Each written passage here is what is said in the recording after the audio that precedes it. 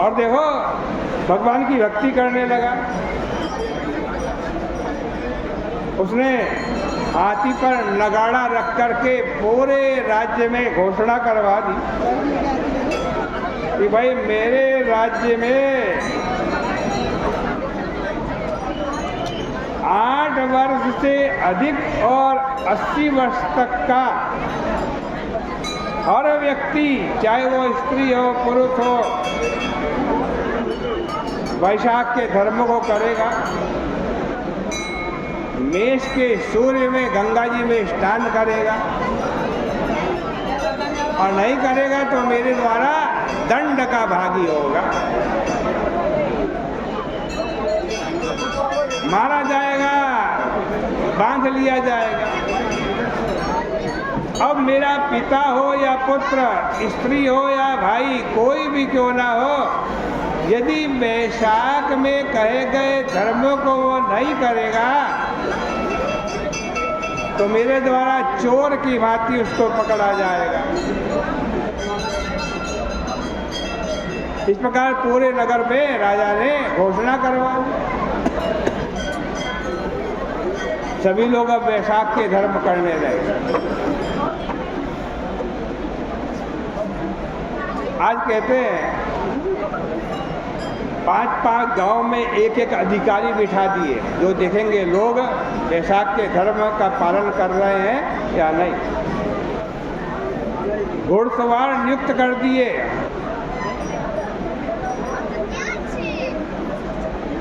सब ये देखने के लिए कि कौन व्यक्ति वैशाख के धर्म का पालन नहीं कर रहा। अब सब लोग, सारी प्रजा वैशाख के धर्मों को पालन करने लगी। उस राजा के राज्य में अब जिसकी मृत्यु होती सीधा वैकुंठ जाता, न कोई नरक जाता न स्वर्ग जाता।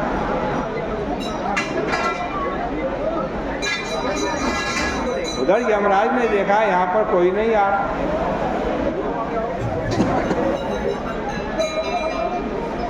नरक खाली होता जा रहा।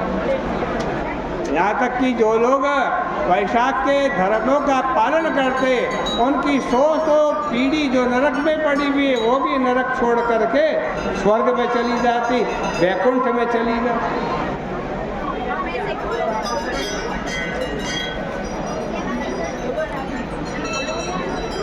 आज कहते हैं एक बार नारद जी घूमते घूमते आज पहुंच गए यमलोक में। यमलोक, पहले जब नारद जी यमलोक में जाते थे तब वहाँ प्राणियों के क्रंदन की, चिल्लाहट की, रोने की आवाज आती थी। अब न कोई रोने की आवाज, न क्रंदन की आवाज, न चिल्लाहट की आवाज। बड़ा आश्चर्य हुआ। यमराज जी ने देखा नारद जी आए, आसन पर बिठाया, पाद्य अर्घ आचमन दिया, आज कहते हैं पूजन किया, भोजन कराया। फिर नारद जी ने कहा, ये यमराज क्या बात है, तुम्हारे नरक में कोई है नहीं आज? न किसी रोने की आवाज आ रही है, न किसी के चिल्लाने की आवाज आ रही है, क्या बात?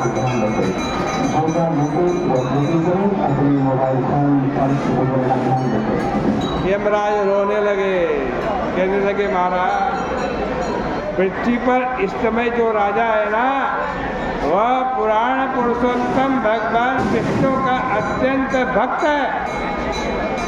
वह नगाड़ा बजवा करके आज सभी से वैशाख के धर्मों का पालन करवा रहा है।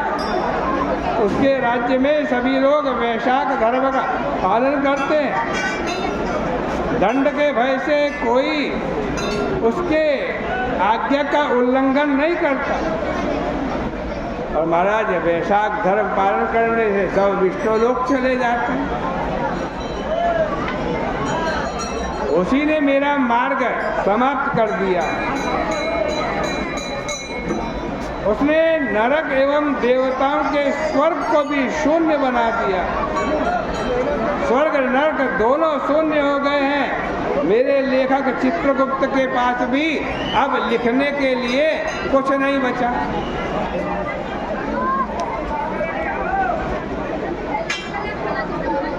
बड़े से बड़े पापी, ब्रह्म हत्या करने वाले, मदिरा पान करने वाले, वैश्यागामी, बड़े से बड़े महापापी भी वैशाख का धर्म पालन करते और सीधा वैकुंठ लोक चले जाते।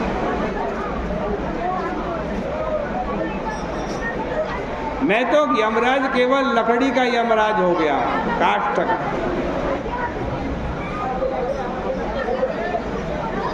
अब तो मैं युद्ध करके उस राजा को अवश्य मार डालूंगा, क्योंकि मेरे को आज ड्यूटी मिली हुई है, क्या? पापियों को दंड देने की। और मेरे इस विधान में ब्रह्मा जी ने जो विधान बनाया है उस विधान का ये खंडन कर रहा है। बड़े से बड़े पापी भी सीधा वैकुंठ लोक जा रहे हैं, उनको कोई दंड नहीं मिलता, कोई कष्ट नहीं मिलता। क्या करें?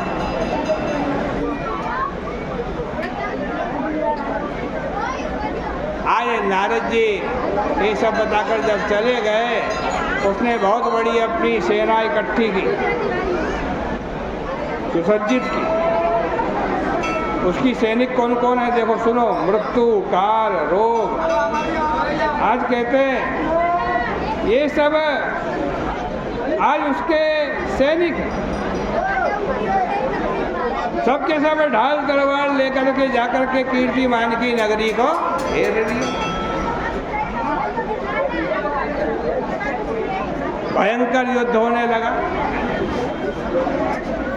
और जब यमराज का बस नहीं चला तो क्रोध करके उसने